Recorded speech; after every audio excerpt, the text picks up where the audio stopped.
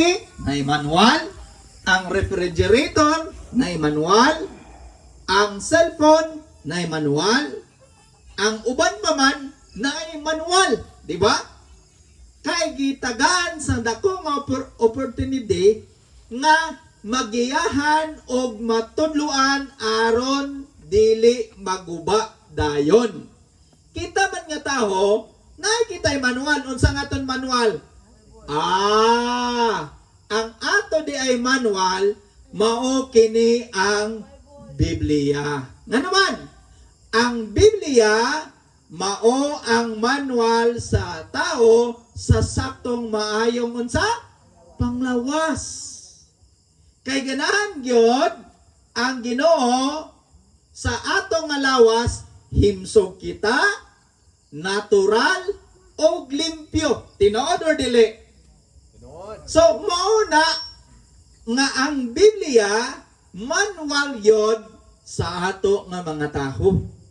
Nga naman, abi ninyo, kung dili nato sundon ang Biblia, magkasakit kita. Nga naman, for example, tagan nga mga sakit nga ato gibati dinhi sa Pilipinas. Common nga mga sakit. Pero, grabe gyud kini dinhi sa Pilipinas. Number 1, mao kining heart attack. Oh, di ba? Daghan kayo. Muadto ka dito sa hospital, unya makakita ka dito ka ng mga bata pa, mga hamtong, mga idaran, og unsa klase nga taho naay nagibati nga unsa heart attack. Oh, unsa ba nga mga sakit? Stroke. Di ba? Naay ditoy sa Holy Child. Nagbisita ko dito. Kay naay usa sa akong amigo na masakit. Unya, grabe ang huros-huros sa ambulansya. Kay ang usa ka pamatanon, ang edad naa sa 23, na stroke siya. O namatay yun. O, di ba? Grabe good kayo. Unsa bagad? Ang ikatulo, common disease dinhi sa Pilipinas. Mao kining cancer. Di ba? Daghan kayo ang case sa cancer. Kanang cancer sa ngabil, cancer sa atay, cancer sa ulo. Daghang klase. Okay? Unsa ba gyud nga mga sakit? Mao kini ang diabetes. O prone gyud kini ang mga Pilipino. Nga naman, kaya mga Pilipino daghan gyud ang ginakaon sang rice. Di ba? Nga naman, kay kita nga mga Pilipino, di gyud kita mabuhi kung wala rice. Biskan na ipanaypan, dapat mukaon yun rice ante. Di ba? So, dili kita magiyahan kung unsag yun ang klase nga pagkaon, mao gani kung di kita magiyahan, magkaon sa kita, diabetes. Ikalima, mao kini ang pneumonia. Di ba? Abi ninyo, kining pneumonia, murag moingon ka nga, murag dili manimayo nga kaso. Murag moingon ka nga, okay ra na pneumonia, pero daghan di ay namatay sa pneumonia. Sa bagay, ikaunom, mo kini ang hypertension, taas ang dugo. Ay, kanang kisa, dili nato mabantayan nga murag okay ra di ay pero ano man gabuyod ang ako nga ulo, taas na di ay ang ako nga dugo. Unsa ba gyud? Ang ikapito mo kining tuberculosis. Alright, kay daghan kita sa mga ginahimo. Alright, unsa ba gyud? Ang ika-8, asthma. Ang ika 9, siyam, mao kini ang kidney disease. Okay? Kag ang ika-10, mao kini ang liver disease. So daghan kayo, di ba? Daghan mga kaso dinhi sa Pilipinas kag mao kini ang pulo ka common nga mga kaso nga sakit nga ato perbe ginabatyag. Kung kita nakikita yung masakit, unya ko nang dili na matambalan, kita nga mga Pilipino, instead mo adto sa doktor, mahadlok kita mo adto sa doktor, mo adto na lang kita dinhi oh. O di ba? Nganuman kay maingon kita, ay kana murag wa na gyud di na ginamayo. Maingon kita, ay adto na lang ko sa apularyo. Kay makatambal unya uyup-uyupon ra. Tapos ang abularyo magsulti, kay naay kay di ay sakit, kay tungod giunsa ka, giasuang ko no. Na stage 4 cancer, kay tungod sa stage 4 cancer giasuang ka. Unya kung dili sa aswang, ginabalbal ka. Naay mga inani nga mga sitwasyon. Mga inani pagyud, gikapri-kapri. Siguro gitikpalang ka dito. Unsa pagyud? Gidiwindi ka. Dakan kayo. Instead mo adto ta unta sa doktor para matagan sa sakto nga instruction, pero lahi ang ato giadtuan. Mao kini ang resulta sa wala sa pagtuon sa manual para sa ikaayo sa maayong panglawas. Unsa ganing manual sa tao? Biblia. Now, ang pangutana, naibay Dios magatabang kanato sa akong mayong panglawas? Ang uban mga igsoon magingon nangagyud. Pero ang uban, di nagyud mo to. Wa nagyud Dios kay wa ko niya giayo. Sabi ninyo, wa ka giayo kay wa man kag nagbasa inani. Okay? Ang uban nagingon, base siguro. So, paano nato mahibaluan nga naay gyud Dios? Ang tubag pinaagi sa pagtuon sa unsa? Biblia. Now, paano nato mabalaan ang Biblia iya gyud sa Dios? Di ba? Paano nato mabalaan? Naay mga 5 ka pamatuod. Okay. Number 1 nga pamatuod. Ang Biblia gitawag kini cohesive unity. Ngano man cohesive unity? Ang Biblia usara ka libro pero naga-contain sa 66 ka mga libro. Usala ka libro pero daghan libro sa unod sa libro. Unsa ka na mga libro sa 66? Genesis, Exodus, ngadto sa unsa? Pinadayag. Right. Unsa pagyud? Kining Biblia 40 ka buok ang manunulat inani. Okay? Kag ang sa sulod sa Biblia naa ka mga 3 ka mga lingwahe. Kay isang una wa pa ni English, way pa Cebuan, Bisaya ug uban pa man ang lingwahe nani. Number 1 Hebrew, number 2 Aramaic, kag number 3 Greek. Okay? Unsa pagyud? Makita nato sa sulod sa Biblia ang manunulat inani lain-lain. Unsa man? Naay manunulat nga fisherman, naay kana mga lawyer, naay mga hari, naay mga tax collector, naay mga doktor, dagan kayo. So mauna nga usa ka libro lahi ang mga manunulat o lahi nga mga lingwahe, pero usa ra gyud ang tumong sa ila nga gisulat. Sakto or dili? Alright. Unsa ba gyud? Ikaduha nga pamatod nga ang Biblia iya gyud sa Ginoo. Kay ang Ginoo gaangkon gyud nga ang Biblia gibugna gyud niya. Iya gyud. Ato basahan. Ingon sa Biblia. 2 Timothy chapter 3 verse 16. Ang tibuo kasulatan gibugna sa unsa? Iya gyud sa Ginoo. Giangkon gyud nga ang Biblia iya gyud sa Dios. Okay, next.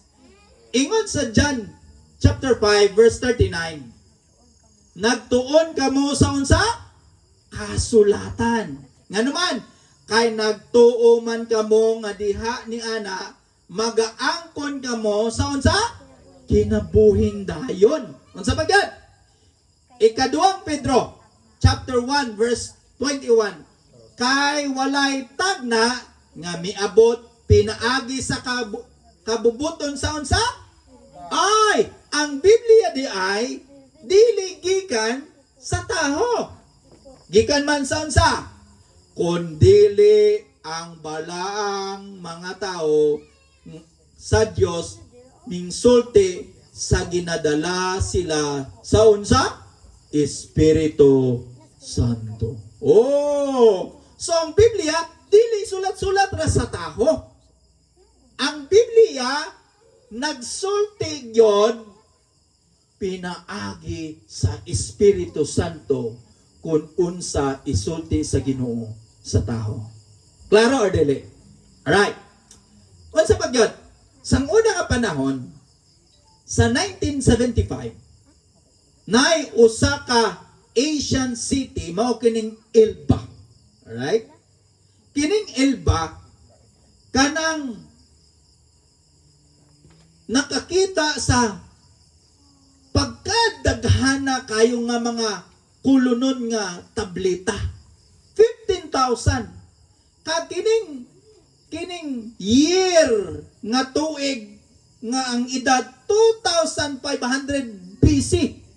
Pagkadugaya. Unya nakita nila ang sulat dinha mga pulong sa Ginoo. Mga paglalang, mga universal nga mga baha, mga pangalan sa Biblia, nga mga pangalan sa mga duwa ka syudad nga makasasala mao kining Sodom o Gomorrah. Ingon sa archaeologists nga nakakita mao kini. Dili kaduwa-duwaan nga ang arkeolohiya nagkonfirma sa pagkamasaysaya nun sa daan nga unsa? Tugon. So ingon gyud nga ang Biblia sakto gyud kaayo. Alright. Now, sa panahon pa gyud sa 125 BC, kining usa ka ginatawag na Dead Sea Scroll. Ang iya nga edad 1,000 years. Nakita sa archaeology. Nakita niya ang libro ni Isaiah kag uban pa man nga mga libro. Unsa giingon sa arkeolohiya? Sa kategorya, pwede ta makasulti nga walay gyoy pagkadiskubre sa arkeolohiya nga supak sa unsa? Biblia. So ang Biblia gyud nagapamatuod nga sakto. Unsa giingon sa Biblia?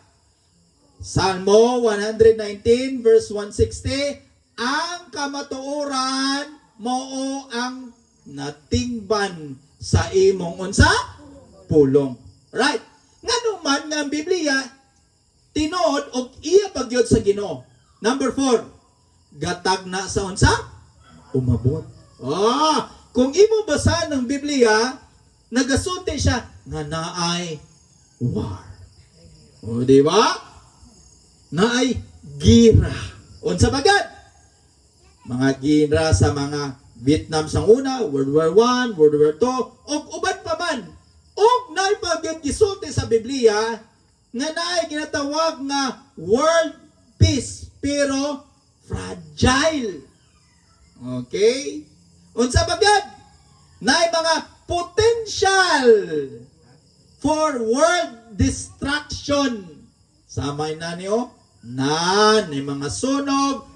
Kag nagsulti pa ng Biblia, naay mga kalalatan, baha, mga famine, o mga sakit, Sama inani o may mga earthquake, linog, sama inani o daghan kayo, di ba?